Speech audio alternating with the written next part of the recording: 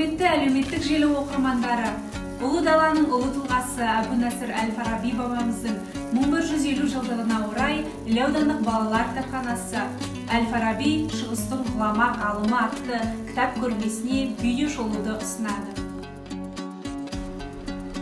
Көрменің бірінші бөлімі әлемнің екінші ұстазы деп аталады.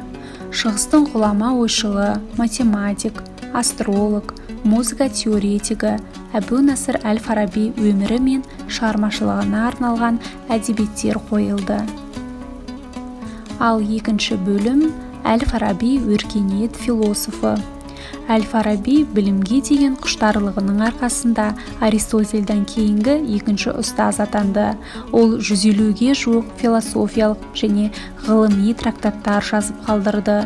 Ғалым философия мен логика, саясат пен этика, музыка мен астрономияны зерттеген.